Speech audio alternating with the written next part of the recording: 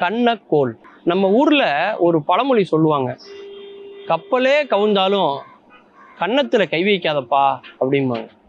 ஏன் இப்படி கன்னத்துல கை வச்சிருக்க, கப்பலா கவுந்து போச்சு அப்படிம்பாங்க. என்ன அர்த்தம்?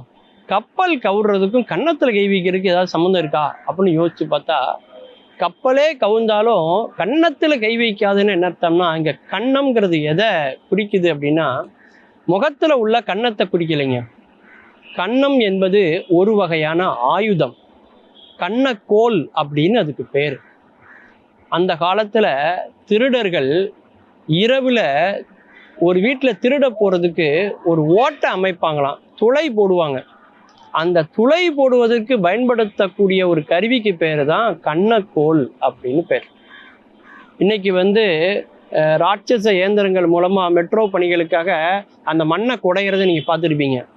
அதோட லோவர் வெர்ஷன் தான் இந்த கண்ணக்கோல்னு பேர்.